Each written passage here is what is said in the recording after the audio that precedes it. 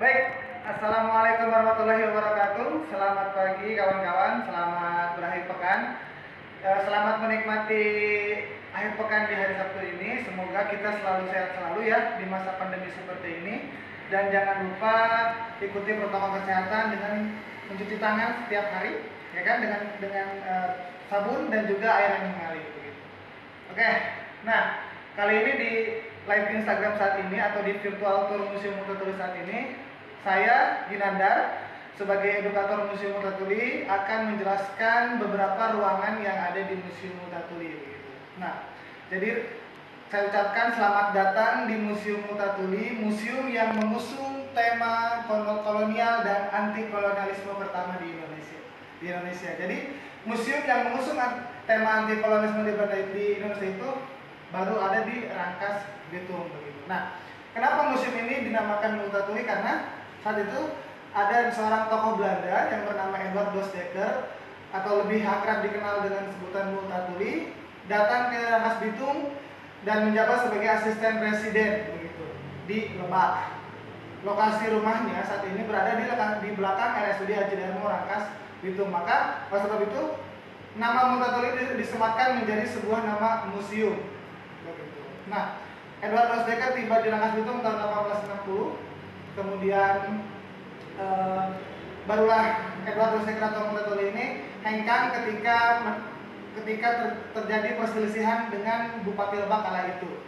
Nah, Bupati Lebak kala itu yang tertulis dalam buku Maksa Pelar karya buah tangan Edward Dosdekker atau Multatuli ini namanya adalah Raden Temenggung Adipati Kartanegara atau disebut sebagai Raden Sepuh.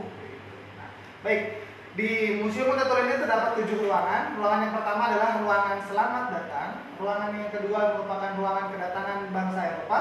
Ruangan ketiga adalah ruangan tanam paksa. Ruangan keempat itu ruangan Multatuli beserta para pengaruhnya. Ruangan kelima adalah ruangan sejarah Banten.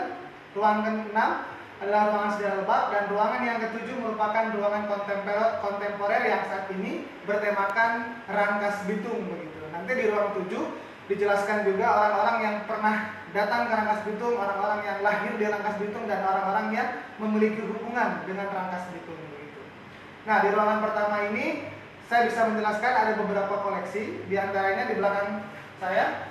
Nah, di belakang saya ini ada lukisan mozaik. Kami menyebutnya lukisan mozaik wajah Edward Dosdekker atau Multatuli. Nah, ini terdiri dari 314 kepingan kaca akrilik begitu. Nah, ini terdiri dari 314 kepingan kaca akrilik. Kemudian ada batu prasasti peresmian Museum Multatuli yang diresmikan langsung oleh Bupati Lebak Hajar Iti Octavia Jayabaya SEMM pada tanggal 11 Februari tahun 2018 bertepat di Museum Multatuli Rangkas Bitung. Nah, kemudian yang sebelah kanan saya di sini ada maket Museum Multatuli beserta perpustakaan Saidja Adinda. Jadi di dalam itu ada miniatur perpustakaan Saidja Adinda dan juga Museum Multatuli. Nah, ini yang paling menarik. Kenapa nama Multatuli selalu berdampingan dengan Saidja Adinda? Karena Saidja Adinda ini merupakan dua tokoh yang ditulis dalam buku Maksa Pelar pada bab 17 itu mengenai kisah percintaan warga lokal. Nah, kemudian nanti cintanya bisa terhalang oleh kolonialisme gitu. Lalu di belakang saya juga di sini ada museum patung setengah badan atau patung dada dari sebuah karya dari seorang seniman Yogyakarta, Bapak Himawan. Nah, ini merupakan patung dada Edward Dosdekker atau Multatuli beserta tanggal lahir dan wafatnya pula. Jadi Multatuli atau Edward Dosdekker di sini lahir tanggal 2 Maret 1820 dan kemudian wafat pada tanggal 19 Februari tahun 1887. Nah, ini merupakan sebuah buah tangan atau karya dari seorang seniman Yogyakarta yaitu Bapak Himawan. Nah, Bapak Himawan ini memberikan patung ini kepada Bank BI. Dari BI baru dihibahkan kepada Museum Multatuli begitu pada tahun 2018 gitu ya. Nah, kemudian di sini ada kutipan-kutipan yang dari buku Maksa Pelar atau ide-ide Multatuli. Di sini ada 11 slide yang di mana di antara slide tersebut merupakan kutipan atau ide-ide dari Edward Dossecker ataupun Multatuli. Nah, lalu yang terakhir ada satu kutipan, yakni tugas manusia adalah menjadi manusia. Nah, karena Edward Dossecker atau Multatuli seorang tokoh humanis, maka beliau menekankan bahwa sebagai manusia harus bertugas menjadi manusia. Begitu. Baik, kita ke ruangan kedua. Nah, teman-teman atau kawan-kawan, nah di ruangan kedua ini kita bisa melihat bahwa ini merupakan ruangan kedatangan bangsa Eropa. Ada beberapa banyak koleksi pula, yang diantaranya adalah kapal Rose. Nah, ini kemudian ada kapal di Batavia beserta kapal-kapal yang lain begitu. Ada Huffman, ada Prince William dan juga The Writer. Nah, ketiga antara kapal-kapal ini sesuai dengan yang telah ditata begitu koleksinya ya. Lalu di sini adalah ada beberapa jenis rempah-rempah. Nah, jenis rempah-rempah ini yang menjadi rebutan kalangan orang-orang Eropa. Di antaranya ada pala, kemudian merica atau lada, lalu ada cengkeh dan juga kayu manis. Nah, untuk saat ini mungkin jenis rempah-rempah ini kami tutup terlebih dahulu begitu. Jika sudah dinyatakan normal, maka bisa dibuka dan juga bisa bisa dipegang kayu manisnya ataupun cengkehnya, lada dan juga palanya begitu ya. Nah, inilah yang menjadi komoditi pada saat itu yang menjadi rebutan oleh bangsa-bangsa Eropa. Kemudian peti-peti di sini dimaksudkan untuk sebagai media representatif, bahwasannya dulu orang-orang Belanda membawa rempah-rempah ini menggunakan peti yang ada di depan teman-teman ini begitu ya. Dan juga ini di layar yang lebar ini merupakan cerita atau video dokumenter yang menjelaskan tentang kedatangan negara-negara Eropa. Karena yang pertama itu Portugis, kemudian Spanyol dan juga Inggris, lalu Belanda. Cuman khusus ini menceritakan mengenai kedatangan Belanda ke Nusantara begitu. Seperti dilihat di headline-nya ketika penjajah datang ke negeri kita. Nah, nanti banyak cerita-cerita juga di sini kedatangan negara-negara Belanda begitu. Karena Belanda datang ke Nusantara itu pada tahun 1596 dan tiba di Teluk Banten begitu. Tiba di Teluk Banten. Nah, inilah contoh dari kapal-kapal dari Belanda tadi begitu. Baik, kita sekarang ke ruangan ketiga. Di ruangan ketiga ini teman-teman, di ruangan ketiga ini adalah ruangan tanam paksa atau sejarawan Indonesia menyebutnya ruangan kultur stangsa begitu. Ya, kenapa disebut ruangan tanam paksa? Karena ruangan tanam paksa ini diprakarsai oleh Gubernur Jenderal Hindia Belanda pada saat itu, Johannes van der Bos, pada tahun 1830. Nah, di aturan mainnya pada masa tanam paksa di sini, setiap warga atau masyarakat yang memiliki tanah itu sebesar 20% harus ditanami komoditi ekspor berupa berupa tebu, kemudian kopi, teh dan juga tarum begitu. Nah, jadi itulah aturan mainnya. Lalu yang tidak memiliki tanah diwajibkan harus bekerja selama 75 hari. Harus bekerja selama 75 hari, itu besarannya sesuai dengan pajak 20% yang dikeluarkan oleh masyarakat tersebut kepada kepada pemerintah Hindia Belanda begitu. Namun itu hanya sebuah aturan. Pada faktanya seluruh masyarakat harus dipekerjakan. Seluruh tanah harus ditanami komoditi ekspor, baik itu kopi, tebu, teh dan juga tarum.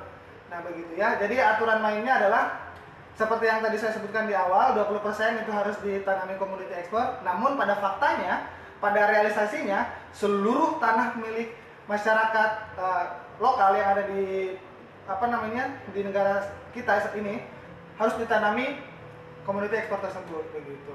Nah, inilah contoh dari orang-orang dahulu ya yang sedang mengupas biji kopi menggunakan giginya begitu. Nah, inilah kebiasaan-kebiasaan mereka. Nah, tapi yang sangat mengenaskan adalah orang-orang kita pun yang menanamnya tidak boleh meminum kopinya, karena kopinya harus dijual ke Belanda begitu ya.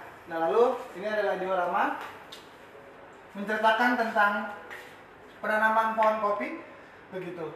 Lalu di sini ada, ini sebuah simbol sebenarnya, 3 simbol. Yang di bawah adalah orang Lebak asli, orang Baduy, menggunakan, kalau kami menyebutnya laken Baduy.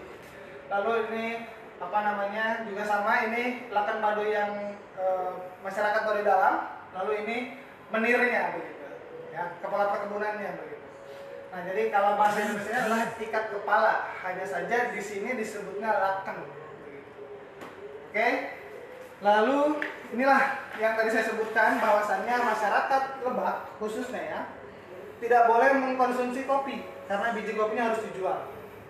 Nah, ini adalah salah satu cara bagaimana caranya agar masyarakat kita yang menanam kopinya, yang mengurus kopinya harus menikmati kopi tersebut. Dan pada akhirnya menciptakan sebuah eksperimen yang disebut dengan kopi daun. Kopi daun di sini cara membuatnya.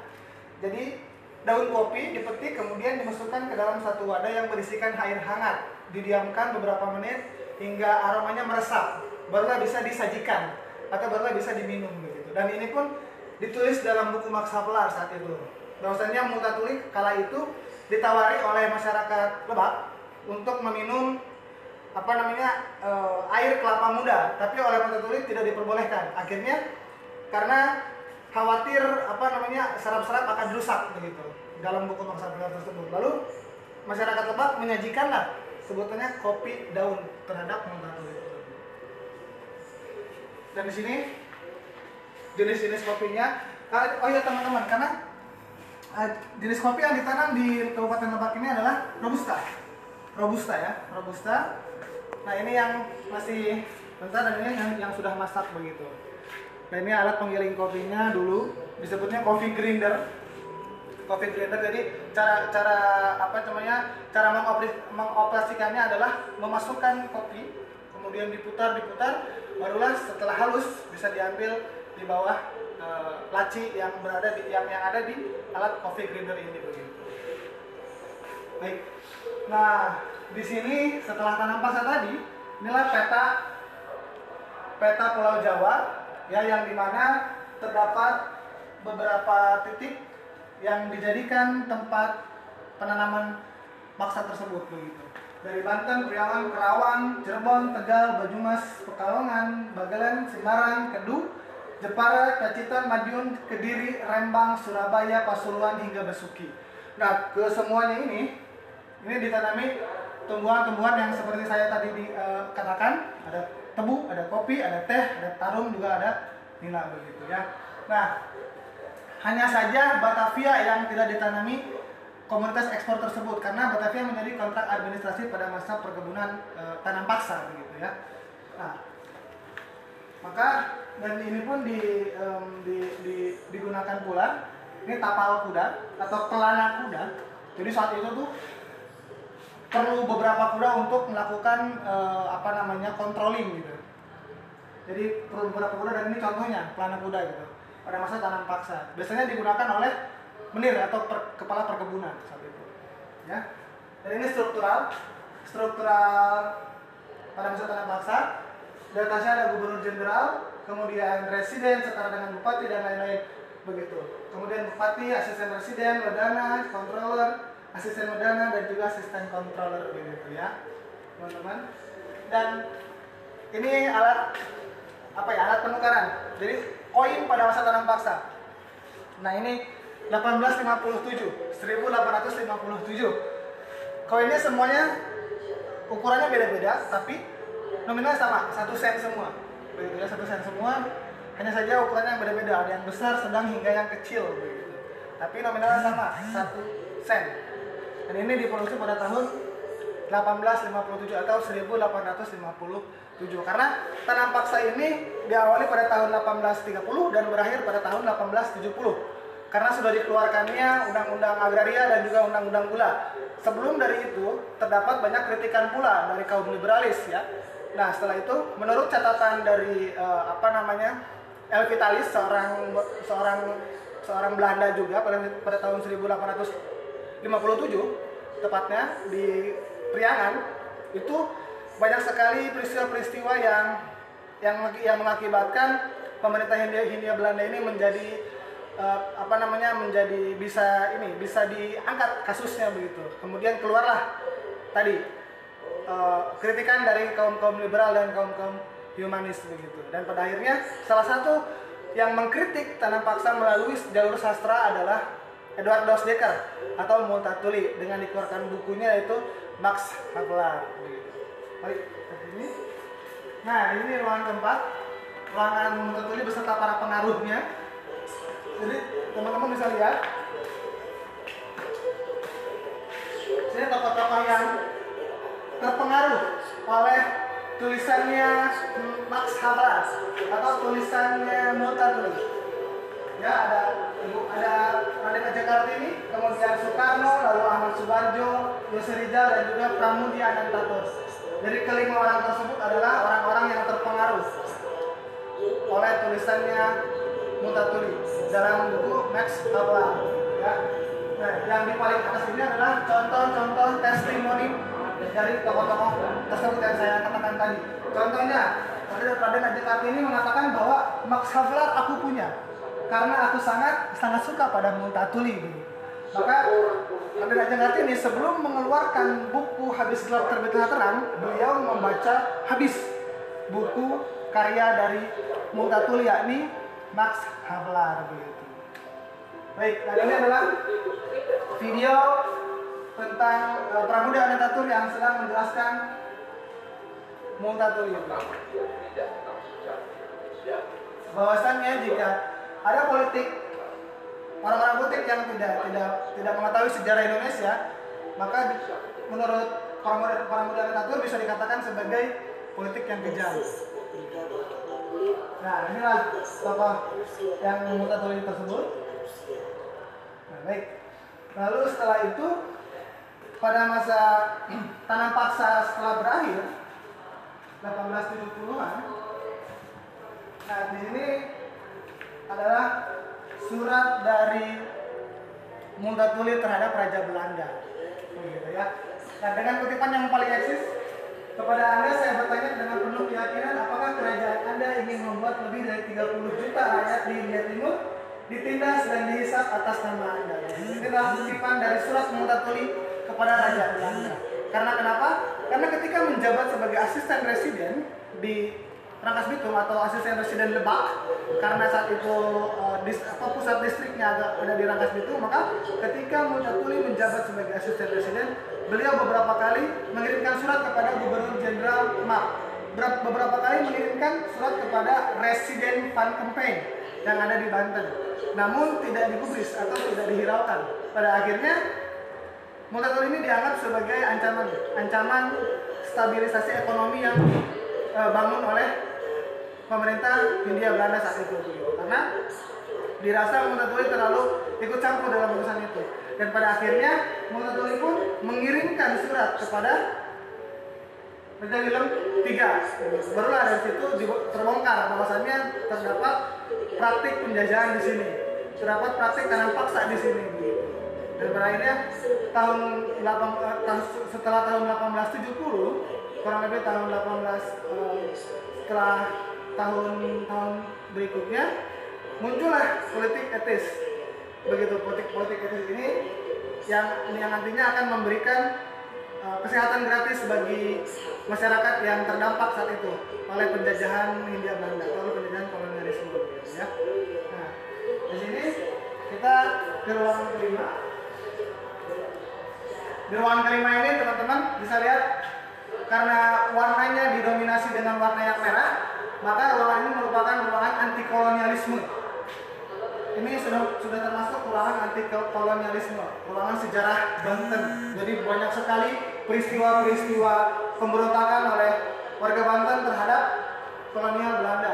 Dimulai dari pemberontakan Huju Wakia, kemudian pemberontakan Nyimas Gamparan, lalu pemberontakan petani Banten, dan juga pemberontakan yang lainnya. Ada peristiwa pemberontakan 1926. Nah, di pemberontakan Haji Wakia ini, nah ini pemberontakan Haji Wakia yang pertama kali tahun 1824 Banten. Ketika tokoh pemberontakan ini akhirnya berakhir dengan naas dan harus digantung, dihukum mati. Oleh sebab itu maka kenapa ada hukuman gantung di sini? Ini harus ada penjelasan. Maka ketika tokoh ini dihukum mati. Lalu tombak di sini digunakan untuk mengawal para pejabat-pejabat saat itu, dan juga digunakan untuk alat berperang. Ya.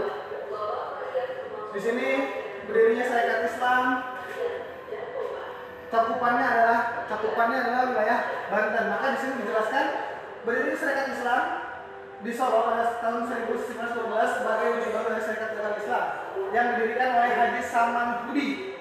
Nah, SI kemudian membuka cabang di berbagai daerah. Syarikat Islam mendapat sambutan baik di Banten. Makanya seluruh ruangan ini, walaupun secara global nggak adalah peristiwa nasional, namun cakupannya adalah Banten. Gitu. Makanya disebutnya bagian dari sejarah Banten pula, begitu ya. Nah, ada berdirinya SI, kemudian ini seperti, nah inilah yang sering keliru. Ini sepertinya sering keliru. Apakah Edward Dausdeker sama dengan Setiabudi? Jelas berbeda. Edward Dausdeker itu adalah Multatuli. Kalau Ernest François Eugene Dausdeker adalah Setiabudi atau Danudirja Setiabudi. Maka yang tiga serangka ini bukannya Multatuli atau bukan Edward Dausdeker ya teman-teman. Jadi yang tiga serangka ini, yang ini Kiadat Wandara atau apa namanya Suwaris Reningra, kemudian ini Cipto Mangkusumo, dan ini Ernest François Eugene Dausdeker atau Danudirja Setiabudi. Jadi bukan Multatuli. Tiga serangkai dengan Multatuli beda. Oke? Nah, lalu ini penanganan para pemimpin gerakan kemerdekaan Indonesia juga sama, peristiwa pemberontakan 1946 juga sama. Nah, jadi alur ceritanya dari pemberontakan tokoh-tokoh ulama di Banten, kemudian tokoh-tokoh nasional yang cakupannya ke Banten, kemudian tokoh-tokoh partai kiri, ya, atau partai komunis, pemberontakan mereka, kemudian sampai datangnya Jepang ke Indonesia dan khususnya ke Banten. Nah, kedatangan Jepang di Banten ini menorehkan beberapa kisah yang pilu begitu. Karena kenapa? Karena karena Jepang terkenal dengan Romusa.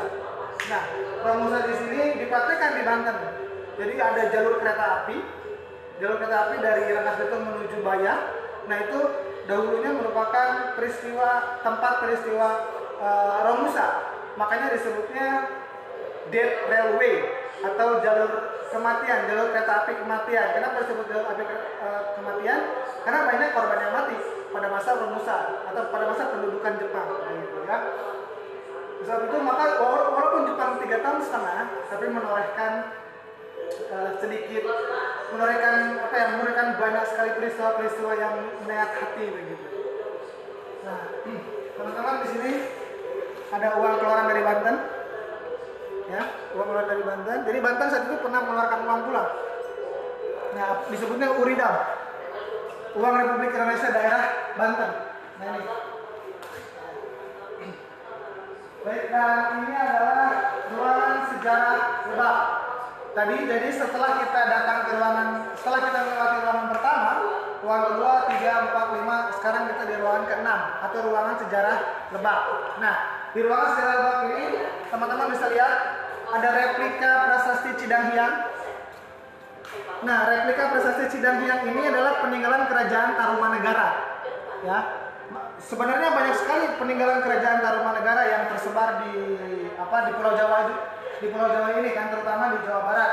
Nah, karena kerajaan Tarumanegara itu yang paling terkenal itu prasastinya ada di Bogor, Ciampea, prasasti Cialuten. Ada prasasti Cialuten, ada prasasti kebun kopi di Ciampea juga. Kemudian ini yang berada di Pandeglang atau di daerah Lebak juga, disebutnya prasasti Cidanghyang. Ya. Nah, prasasti Cidanghyang ini bertuliskan aksara Sanskerta. Karena Tarumanegara merupakan kerajaan yang sudah masuk ke periode sejarah, artinya sudah mengenal tulisan. Ini terbuat dari bebatuan andesit, ya. Nah, jadi teman-teman jika ingin jika teman-teman ingin mengunjungi peninggalan kerajaan Tarumanegara, selain daripada di Banten, ada di daerah Karawang itu ada kompleks percandian Batu Jaya. Di sana ditemukan candi Jiwa, candi Belandongan, candi Damar, candi Sumur, dan candi-candi yang lainnya. Itu diduga sebagai tempat peribadatan pada masa kerajaan Tarumanegara. Ya, teman-teman kalau pengen lihat bisa ke sana. Kalaupun hanya ingin melihat batu prasasti seperti ini, bisa datang ke Cidanghiang langsung. Ini hanya replika, yang aslinya ada di sana. Oke? Nah, Lebak di sini teman-teman harus tahu kenapa disebut Lebak. Lebak di sini jika dilihat dari dataran tinggi yang lebih tinggi, contohnya di daerah Pandeglang, itu kita posisinya di bawah. Maka Lebak secara toponim itu merupakan adalah daerah bawah, daerah lembah. Makanya disebutnya Lebak. Kalau Pandeglang dulu disebutnya Panegalan atau tempat melihat. Maka Pandeglang dan Lebak itu sesuai. Artinya Panegalan melihat ke bawah, melihat Lebak, makanya disebutnya Lebak, begitu ya. Nah, kemudian Kabupaten Lebak ini terbentuk pada tahun 1828, tepatnya tanggal 2 Desember. Ya. Nah, itu terbentuk dan kemudian barulah sering dirayakan pada tanggal 2 Desember tahun 1828 Lebak mulai diresmikan sebagai kabupaten. Ya. Nah, Kabupaten Lebak ini awalnya ibu kota Kabupaten Lebak bukan berada di Rangkas Bitung, tapi awalnya ada di Lewi Damar. Nah, kawan-kawan atau teman-teman ini jika pernah datang ke Lebak Parahiang, Lebak Masigit. Nah, dahulu di situ terdapat peninggalan pada masa Belanda juga di situ. Nah, dan diduga di situ adalah tempat awalnya Kabupaten Lebak berdiri. Jadi jadi ibu kota Kabupaten Lebak yang saat ini di Rangkas Bitung, dahulunya itu ada di Lewi Damar. Tepatnya di mana? Di Lebak Parahiang, begitu ya. Maka di sana tuh ada tulisan dari bukunya Misionaris Banten karya Bapak Mufti Ali, Dr. Mufti Ali, bahwasannya di sana dituliskan Antonio Adrian Penis adalah seorang misionaris pertama, ya, yang menjajaki kakinya ke daerah Lebak, dan saat itu di Lewi Damar. Maka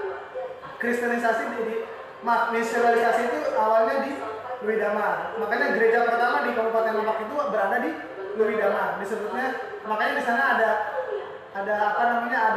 istilah atau ada nama yang disebut namanya itu Leuweung Gereja. Leuweung itu artinya hutan. Jadi hutan gereja. Kenapa disebut itu? Karena dulu tuh di situ ada gereja. Nah, teman-teman tahu ya. Kemudian teman-teman bisa lihat juga banyak sekali foto-foto menjelaskan mengenai Lebak Tempo dulu. Nah, di sini inilah bupati, ini lukisan Bupati Lebak pertama, Raden Temenggung Adipati Kartanata Negara. Dan ini surat terbentuknya Kabupaten Lebak berdasarkan surat keputusan Komisaris Jenderal Kementerian Dalam Negeri Hindia Belanda nomor 1 Statuat nomor 81 tahun 1828, wilayah Keresedinan Banten dibagi menjadi 3, yakni Serang, Caringin, dan Lebak. Begitu. Maka Pandeglang saat itu dulunya ada di Caringin, gitu ya. Nah, ini tadi Raden Temenggung Adipati Kartanegara, dan ini peta Lebak pada abad 19 tahun 1834, ya. Peta di sini terlihat adanya rumah asisten residen. Nah, kemudian ada controller warning atau rumah kontroler. Kemudian ada penjara, kemudian ada coffee lodge atau tempat pengumpulan kopi. Lalu ada coffee parkhuis atau gudang kopi. Kemudian ada region warning, rumah bupati, region warning, fort atau benteng. Nah, jadi A, B, C sampai G di sini bisa dilihat nanti di sini teman-teman. Kalau teman-teman datang ke Mutatuli, ya, ke Museum Mutatuli, teman-teman bisa datang dulu ke sini, bisa dilihat bahwa rumah asisten residen kita lihat di mana, di sini begitu, ya. Ini peta Kabupaten Lebak. Oke. Makanya inilah bukti di mana bahwasannya kopi pernah dibudidayakan di Lebak begitu. dalam rangka tanam paksa. Nah, lalu di sini foto alun-alun Tempo dulu. Jika teman-teman rindu akan apa suasana alun-alun Tempo dulu, ya, saya pernah mengalami bahwasanya di alun-alun itu ada tugu Pancasila atau tugu runcing, yang dimana di setiap sisinya itu ada beberapa poin-poin Pancasila dari 1 sampai 5 begitu. Nah ini, tapi saya sekarang sudah tidak ada, dan ini pendopo Pemda yang saat ini masih ada pula di Pemda Kabupaten Lebak. Ini juga sama, foto alun-alun Tempo dulu pula sama. Kemudian ini lukisan pidato perdana Edward Dosdeker di hadapan para petinggi Kabupaten Lebak.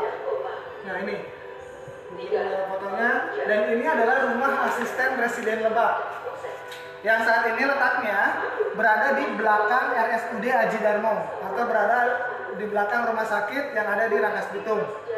Nah inilah rumahnya, teman-teman. Dan stasiun kereta api dioperasikan tahun 1901, dan lihat ini adalah suasana pada masa itu, ya, yang hingga saat ini belum berubah adalah atap dari stasiun kereta api Rangkas Bitung. Oleh sebab itu maka stasiun kereta api Rangkas Bitung bisa dikatakan sebagai tempat bersejarah, atau statusnya adalah cagar budaya stasiun Rangkas Bitung. Ini orang-orang dari Lebak yang dibuang ke Suriname, Tambang Emas di Kota, ya.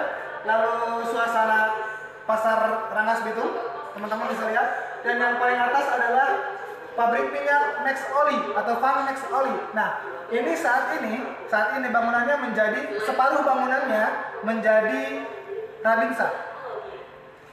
Nah, teman-teman, jika teman-teman dari Rangkas Bitung khususnya jika sering bermain di Rabinsa, teman-teman bisa lihat ke belakang. Ke belakang itu ada sedikit masih tersisa bangunan-bangunan pada masa peninggalan pabrik Max Oli begitu, ya. Nah, ini revolusi sosial yang terjadi pada tahun 45-46 terjadi di Banten, kemudian mengakar sampai ke Rangkas Bitung, dan ini adalah Cemamat. Nah, Cemamat di sini merupakan tokoh pergerakan atau seorang revolusioner Banten begitu, ya. Nah, Cemamat ini berafiliasi pada satu organisasi yang disebut dengan Laskar Gungkut begitu. Nah, kemudian revolusi sosial yang dilakukannya itu adalah revolusi di mana bahwasannya seluruh kepala daerah yang ada di Banten harus digantikan oleh para kiai, dan tidak boleh orang-orang yang sepeninggalan dari penjajahan Belanda atau orang-orang yang bekerja sama dengan Belanda, tidak boleh. Hanya yang diperbolehkan dari kalangan kiai atau priai. Nah, pun Cemamat ini menjadi salah satu tersangka yang menculik Bupati Lebak, Raden Hardiningrat. Nah, ini orangnya. Jadi teman-teman, jika teman-teman di Rangkas Bitung jika misalkan selalu melewati Jalan Makam Pahlawan, Jalan Depan Balong, itu adalah Jalan Hardiningrat. Nah, siapa Hardiningrat? Ternyata Hardiningrat adalah Bupati Lebak. Nah, Bupati Lebak. Kemudian kenapa wafatnya diculik oleh Cemamat? Oke, teman-teman. Nah, inilah replika baju atau replika seragam dari yang digunakan oleh Bupati Lebak, replikanya. Nah, ini Bupati Lebak fotonya sudah tua. Nah, bisa lihat teman-teman di sini, di tengahnya itu adalah Bupati Lebak, Raden Temanggung Adipati Kartanegara atau Raja Sepuh. Nah, ini teman-teman Tenun Baduy di sini. Jika teman-teman sering ke Baduy, teman-teman pernah ke Baduy, pasti teman-teman bisa lihat di depan rumah masyarakat adat Baduy itu selalu ada orang-orang atau wanita atau usianya itu rentang usianya dari remaja hingga tua selalu melakukan kegiatan menenun begitu di depan rumahnya. Nah, dan alhamdulillah kurator dari Museum Tuli, Ibu Umaira, sudah mengeluarkan buku yang menjelaskan tentang tenun Baduy. Teman-teman jika ingin mengetahui dan membaca buku Tenun Baduy hasil dari atau karya dari Ibu Umaira, silakan ke Museum Megatuli gitu ya. Baik, kita ruangan terakhir. Ya, memang alurnya jijang. Ini yang terakhir teman-teman. Nah teman-teman, di sini adalah ruangan Rangkas Bitung. Ruangan Rangkas Bitung atau ruangan orang-orang yang pernah datang ke Rangkas Bitung dan orang-orang yang berhubungan dengan Rangkas Bitung. Jadi bisa dilihat teman-teman, di sini ada W.S. Rendra yang lahir di Solo pada tanggal 7 November tahun 1935. Namun ia mengagumi karya dari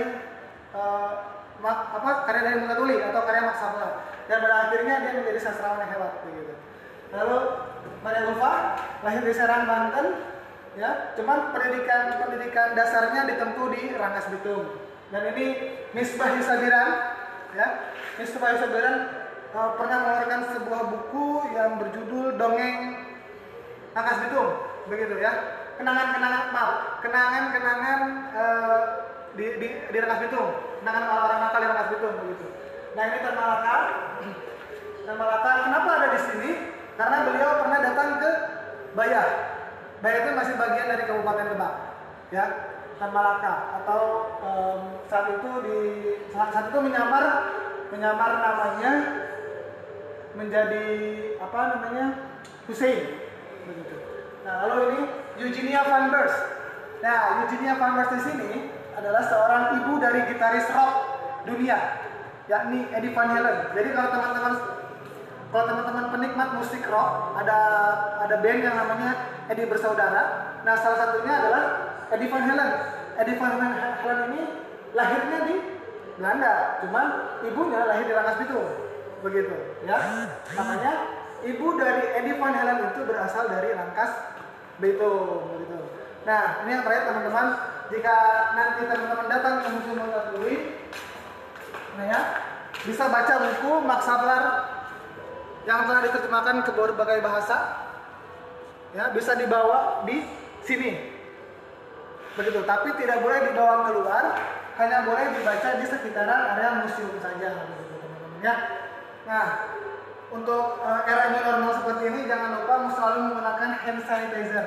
Nah, begitu ya.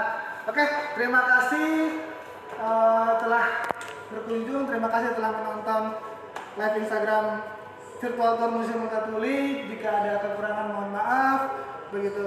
Nah untuk giveaway-nya teman-teman bisa teman-teman nanti boleh membuat pertanyaan, ya, membuat pertanyaan seputar apa yang saya tanyakan tadi, begitu. Oke, terima kasih. Wassalamualaikum warahmatullahi wabarakatuh.